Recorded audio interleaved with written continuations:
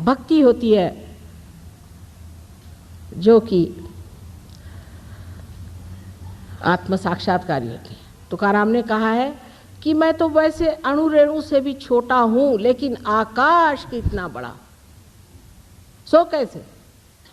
जब ये अणु रेणु आकाशी में मिल गया तब मैं कहाँ रह गया? अनन्य। इनकी भक्ति पढ़िए। बिरहा के गीत गाने वाले लोगों के पास सिवाय रुलाने के और कुछ नहीं। मिलन के गीत पढ़िए। जो मिलन के गीत गाते हैं वही आपको बताएंगे कि आत्म साक्षात्कार चीज क्या होती है। पाँचों पच्चीसों पकड़ बुलाऊं, एक ही डोर उड़ाऊं। कितनी अधिकार की वाणी है, अथॉरिटी कितनी है इसके अंदर। जो आत्म साक्षात्कारी होता है वो अथॉरिटी से बोलता है, उसकी अथॉरिटी होती है, उसका अपना अधिकार होता है सब्जेक्ट पर। वो नहीं कि हाँ भाई कोई वो वोट लेने थोड़ी आता है आपसे। हाँ भाई तुम जो भी करो ठीक है, वो भी ठीक है, वो भी अच्छे हैं, वो भी भले हैं। नहीं, जो बुरा है सो बुरा है, जो अच्छा है सो अच्छा है। यह अधिकार की वाणी जहां आपको दिखाई दे, समझ लेना चाहिए कि आत्म साक्षात्कारी खड़ा हुआ है। ईसा मसीह को देख लीजिए कि जिनका सिवाय पवित्रता के सिवाय और उनके अंग में कुछ नहीं था, साक्षात ओंकार सो। उनका एक वेश्या से क्या संबंध? लेकिन जब एक वेश्या को लोगों ने पत्थर से मारना शुरू कर दिया तो सामने आके खड़े हो गए, कह ले अच्छा तुम में से जिसने पाप नहीं किया मुझे पत्थर मारो। किसी की हिम्मत नहीं हुई। ये जो अधिकार वाणी से जो आपको परमात्मा के गीत सुनाते हैं उनको मानिए। ये आपकी भक्ति जो कृष्ण ने कही है कि भक्ति मार्ग से भी और कर्म मार्ग से भी मनुष्य परमात्मा के पास आ सकता है, वो इस वजह से कि दोनों से जब वो ये समझ ले कि इससे परे कोई चीज़ है तभी वो ज्ञान को प्राप्त हो सकता है। ज्ञान को प्राप्त होने का मतलब ये नहीं कि कोई पंडित हो जाए। आपको आज ही एक केस बताऊं कि एक देवी जी मेरे पास आई तो उन्होंने कहा कि माँ देखो मेरी माता जी ने एक महाशय जी को, वो गुरुद्वारे जाते थे, उसको देखा और उसकी परीक्षा ली तो वो ग्रंथ साहब वगैरह खूब अच्छे से जानते हैं, गुरुद्वारे में जाते रहते हैं, ये वो करते हैं। उसका कि ठीक है, उसने कहा मैं तुम्हारी लड़की शादी करता हूँ, मेरी शादी करा दी। उसकी पहली एक बीवी है, बच्चे हैं, रोज़ लड़कियाँ लेके आता है, किसी की मोटर बना के लाता है, सबको बेवकूफ़ बनाता है। मेरे माँ से भी पैसा ले लिया और सारा उसको रट गया है। अखंड पाठ वगैरह करता होगा तो वो बड़ा अच्छा आदमी उनको लगा। ये ज्ञान नहीं होता है, ये ज्ञान नहीं। ज्ञान आपके नसों में महसूस होना चाहिए।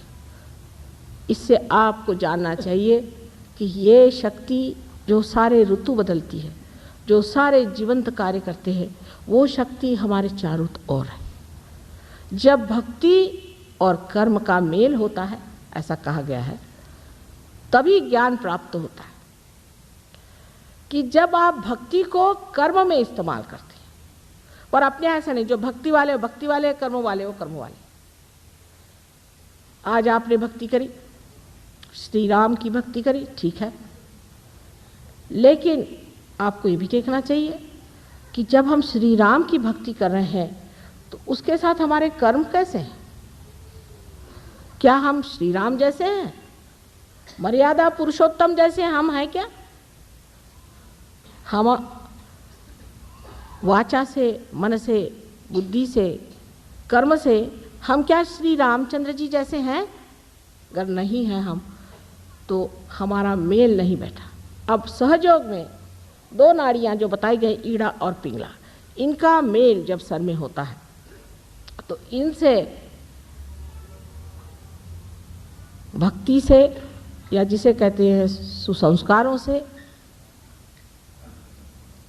या कुसंस्कारों से जो कार्य हम करते हैं उससे हमारे अंदर जो संस्था तैयार होती, उसे आप मन कह लीजिए। और कार्य में जो हम अपने को व्यस्त करते हैं, उससे जो संस्था तैयार होती है उसे आप अहंकार कह लीजिए। अहंकार और प्रत्यहंकार दोनों ही हमारे सर में जाकर जब मिल जाते हैं, तब इस तालु भाग में आप देखिए कि तालु भाग में कैल्सिफिकेशन हो जाता है। वहाँ हड्डी जो है 12 साल के उम्र के बाद एकदम मजबूत हो जाती, वो जो नरम हड्डी होती है वो मजबूत हो जाती। यहाँ अब हमने देख लिया कि किसी के अंदर भक्ति ज़्यादा है तो वो तो और ही मुश्किल हो जाएगी, क्योंकि भक्ति अगर यहाँ तक आ जाए और अगर अहंकार यहाँ तक आ जाए तो ऐसे आदमी को जागृति देना बड़ा ही मुश्किल हो जाता है। लेकिन धर्म तभी होता है जब मनुष्य जिसकी भक्ति करता है उसके जैसा हो जाता है, उसके जैसे कर्म करता है। तो एक साहब हमें मिले, मैंने कहा कि आप श्री राम के भक्त हैं, आपने अपनी पत्नी क्यों छोड़ दिया? श्री राम ने भी तो पत्नी को छोड़ा था। अच्छा, और जो उसके पीछे रोते रोते घूमते घूमते लंका जी गए थे उसका क्या हुआ? वहाँ तक हम नहीं जा सकते।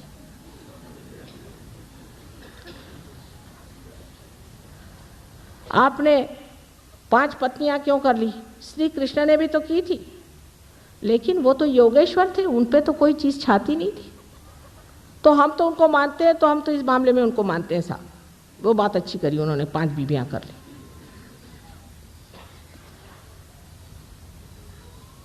इस प्रकार जो निर्बुद्ध लोग होते हैं, जिनको कि मूढ़ कहा जाता है, मूढ़ लोग, वो भक्ति नहीं कर सकते और न ही वो धर्माचरण कर सकते। यही धर्म का आचरण है कि जिसको आपने भक्ति से माना है उसके जैसा अपना आचरण करिए। अब ज्ञानेश्वर जी जैसे आदमी, इनके के लिए कहती हूँ मैं कि साक्षात कोई ब्रह्मस्वरूप इतना पवित्र जीव संसार में आया और उन्होंने ध्यान की ही विधि बताई है, समझ लीजिए, और उस पर उनके जो बड़े बड़े मंदिर बनाए वहाँ उनकी मूर्तियाँ खड़ी की है। उसके आगे हमारे यहाँ कहते दिंडी करना, दिंडी करना माने राम राम राम राम चले हुए। सब लोग आते हैं अपनी वो टोपी ओपी उतार के, गंजी पहन के, सबका चला है राम राम राम राम, हाथ में लेजिम लेकर। और मैंने कहा भाई हमको एक दिन के लिए हॉल दे दो, हम यहाँ ध्यान करना चाहते हैं। ध्यान व्यान यहाँ नहीं करने का, यहाँ सिर्फ आप दिंडी कर सकते हैं। मैंने कहा साहब वो जो बैठे हैं सामने ज्ञानेश्वर जी, उन्होंने कौन सी दिंडी की थी? कहले वो ज्ञानेश्वर जी थे, पर उन्होंने कहाँ लिखा है कि आप दिंडी करिए? उसे क्या मतलब है? हम लोग तो दिंडी ही करते। मैंने कहा अच्छा नमस्कार, अगर ये आज जीवित होते तो हम आपसे बताते कि आप क्या हैं। निरे मूर्ख हैं और महामूर्ख हैं। कभी कभी इस तरह की गलत भक्ति से हम लोग अपना नर्क का रास्ता बना रहे हैं।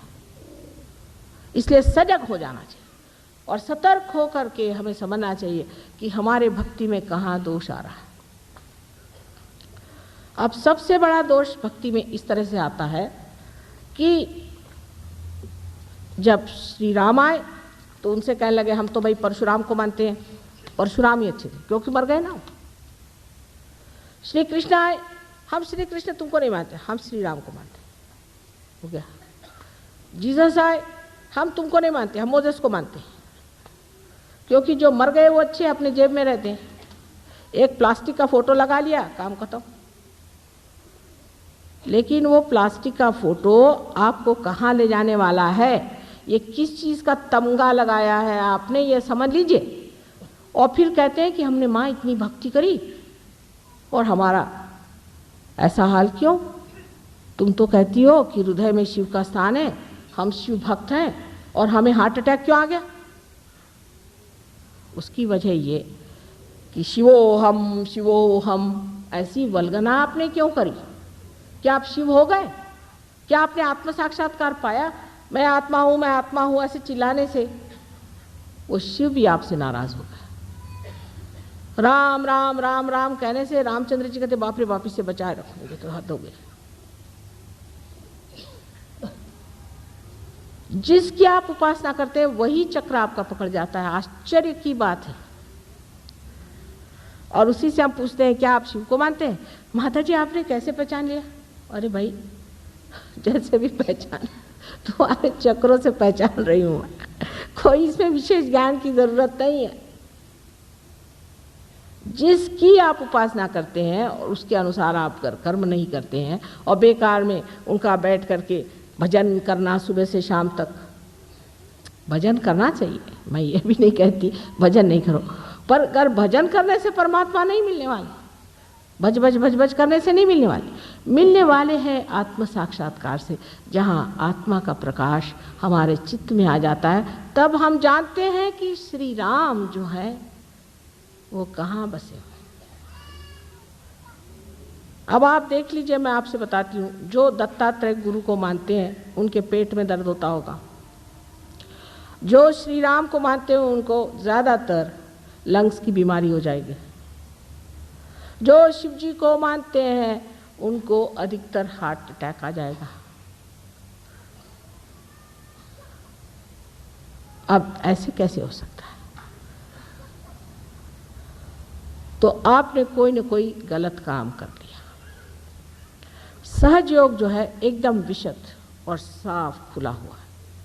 सहजयोग की भक्ति में हर चीज़ आप जानते हैं कि आप क्यों कर रहे हैं, क्यों कह रहे हैं, ये मंत्र आप आज क्यों कह रहे हैं, उसका आपसे क्या संबंध है, उसका जनसाधारण से संबंध क्यों है, क्या है? क्योंकि आत्मा का तो ज्ञान हो ही जाता है स्वयं का, लेकिन आपको सामूहिक ज्ञान भी हो जाता है।